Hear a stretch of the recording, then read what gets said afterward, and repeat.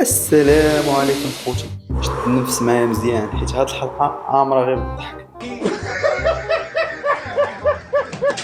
حيتاش الضيف ديالنا تقدر تقول ثقيلو بزاف.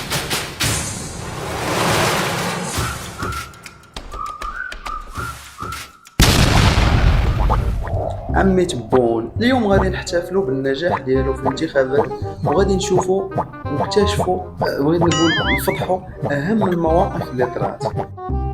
وبالطبع الا كان تعجبك هذا النوع ديال الفيديوهات اشترك في القناه ديالنا باش يوصلك الجديد، وما تنساش مرحبا بيك.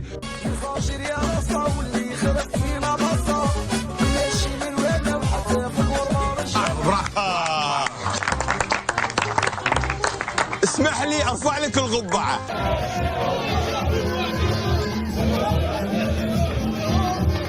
74% هذا إن دل على شيء فإنما الشعب الجزائري بصوت واحد نعم للعهدة الثانية.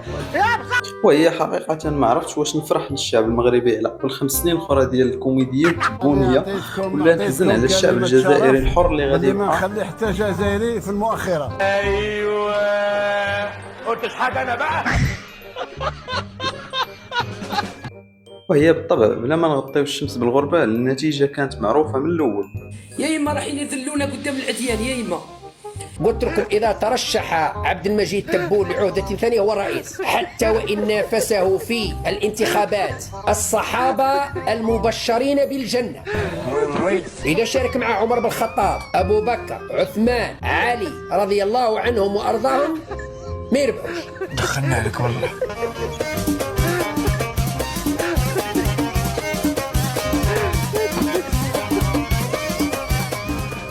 ولكن المشكل في هذه المسرحية هي الأرقام. غادي تقول لي كيفاش؟ غنقول لك بلا تبون عنده مشكلة مع الحساب. حنا الأرقام تاعنا من دخول الاستعمار حتى الخروج فيه 5,630,000 ارواح. شحال من واحد فوطه شحال؟ تسجيل 5,630,000. عاود 5,630,000. نورمالمون هذا النيميرو ماهوش بعيد عليا. حنا ما في 5,630,000 شاهد. عرفت ضروري شكون اللي بعث لك هذاك النيميرو. لا يتوزع ما ده حاجة عجيبة، يعني لازم تجيبوا كلام لنفسيكوا يعني. في يعني بالتقريب مصانع جاهزة بالتقريب وقادرة تخلق 750,000. كذاب. 75,000 منصب شغل. 75,000 منصب شغل. وريني الدولة المتقدمة اللي قادرة تخلق 75 منصب شغل في ظرف قصير مثل هذا. في 75,000 منصب عمل. غير اللسان اللي يقولها. 75,000 منصب عمل. 75,000 جزائري وجزائريين يخرجوا من البطالة. انت مرتك صعيب دواك سهل. نفتح باب الاستثمار، ولما نقول باب الاستثمار ايش استفدنا جميعا من هذا؟ ايش استفدت انا؟ احرجتنا على ايش استفادت الامه؟ ولكن باش تنجح ب 95% راه بصح خاصك تكون تتشبه كيم جونغ اون. ما زالت الانتخابات الرئاسية في الجزائر هذا ما قدمه لنا النظام الجزائري مقابل الملايير من أموال الشعب حتى يقدموا لنا هذه المسرحية رديئة الإخراج. راكم تشوفوا في هذو الشباب. في تاريخ الجزائر منذ أن أعتقد لحد الآن ما كانش عندنا رئيس دات 95%. الشاذلي ما عملناش. الشاذلي واحد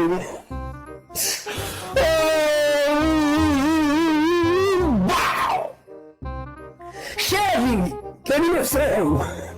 شاذلي كان ينافس من جديد يتنافس مع الشاذلي. ما داش 95، ما داش 97.95%. ما داش اسي.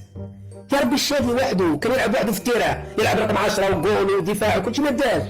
انت وحدك تعطيك تبون 94. من اين لك هذا سؤال؟ تعرفوش تزوروا تزور في الحكم تعرفوش. ما كنتفقش معاك السي بن سديرة.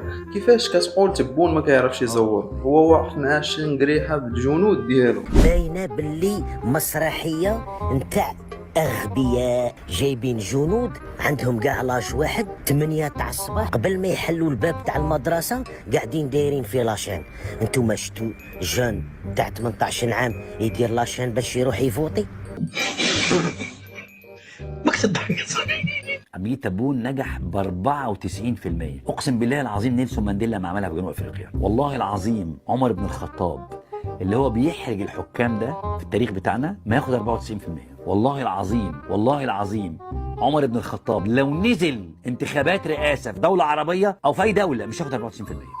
ولكن الغريب هو واقع للحياة لاموند في الجزائر لا. يطلق شاربه ولحيته، هو الرجل العصري آخر الابتكارات اليوم. دير التراثاج تاعو مليح، حرقوس، لا بارب اون جينيرال لا بارب راهي توندونس.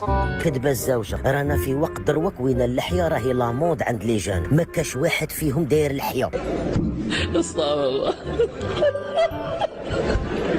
يا بن عمي التزوير غبي، على الاقل لو كنتوا رجال كيما التزوير تاع 97 و95 و99 وزورتوا بذكاء. الحشمة لحية، خلطوا معاهم شوية ناس، جيبوا وحدين باريكزوم عندهم لحية، جيبوا باريكزوم هكا جندي سيفيل جايب معاه واحد كبير باش تبان زعما باللي راها فاميليا وراها عائلة وباللي زعما الشعب راه جاي يفوطي، كاع يتراوح أعمارهم كاع نفس اللاج نفس الأعمار، باينة باللي زعما مسرحية. في رئيس في العالم بينجح ب 90%، في رئيس في الكوكب الأرضي بينجح ب 80%، ده بقى مش 75 ولا 80 ده 94%. في تاريخ الجزائر منذ الأمير عبد القادر لحد الآن ما كانش عندنا رئيس دت 95%، الشيء اللي فرحوا مدير. ولكن ما نخدموش ثاني الكولسة بزاف ونتشائموا لهذه الدرجة. على الأنظمة الرسمية ونتكلموا على السياسات الرسمية المنتهجة من طرف الدول. صح شيخ راك تشوف واش داروا الإيمان رجع واش راه الأنظمة. اقسم بالله غير تهديد قومي، يسبوا فينا في المواقع، يسبوا فينا في الواقع، بزاف يروحوا من بلادنا هما يضربوا مصالحنا كاع في العالم في الاتحاديات الدولية تاع الرياضة في كل وحيدا تم قرقب. علي عهد أن العهدة الجاية يكون تضامن أقوى باش يخليكم تفتخروا أكثر ببلادكم. الجزائر في مشاكلها مازلنا نعانيو من نفس المشاكل.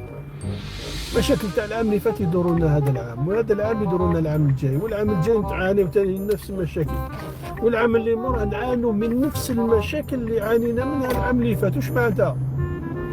دير بوز وقعد تفهم علاش المشاكل اللي تتداول علينا وهي نفسها، ماهيش مشاكل جديده ما قدرناش نديشيفريوها ولا ما تنبأنا لهاش ولا جاتنا على غفله ولا. ولكن من رغم هذا الشيء خصنا نتفائلوا شويه ونتمناو خير من عمي تبون. شاكر لكم الحضور، اتمنى الخير كل خير للوطن العزيز تاعنا. في هذه الأثناء إعلان عن فوز تبون إلى عهدة ثانية، يسلنا رايح يضرب بكم 10 سنوات. ايوه. ولكن الخبر اللي عندي غادي نزيدكم. شوفوا جماعة عندي خبر كما يقول لك بومبا من هذوك نتاع هيروشيما. منذ 1990 انتخابات مزورة. 95 نعم شاركنا في تزوير الانتخابات. 97 نعم شاركنا في تزوير الانتخابات. 99 نعم شاركنا في تزوير الانتخابات. 2004 نعم شاركنا في تزوير الانتخابات. بعد 2009 انا ما كنتش ما نشهدش. 2009 و2014 انا كنت خرجت من الجزائر، لكن انا شخصيا وتقدروا تحاسبوني، حبيتوا تحاسبوني في المحكمه، نعترف اننا في 95 و97 و99 انا واحد من الناس شاركت في تزوير الانتخابات، ولكن تزوير الانتخابات بذكاء واستراتيجيه. 0.2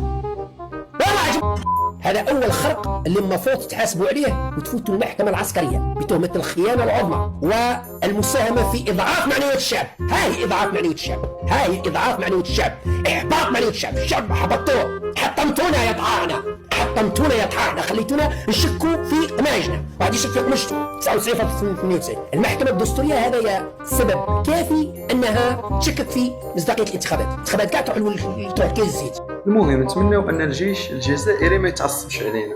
وشوف يا اختي البشر، انا مانيش فاهم هاد المغاربه هادو واقيلا يخصهم الذكاء الاصطناعي. لو عندنا اطماع فيكم 12 ساعه 12 ساعه بزاف 12 وبزاف مع ذوك التطور تاع الجيش 12 ساعه بزاف، والله ما يقدروا يتحركوا، والله ما يردوا كرتوش.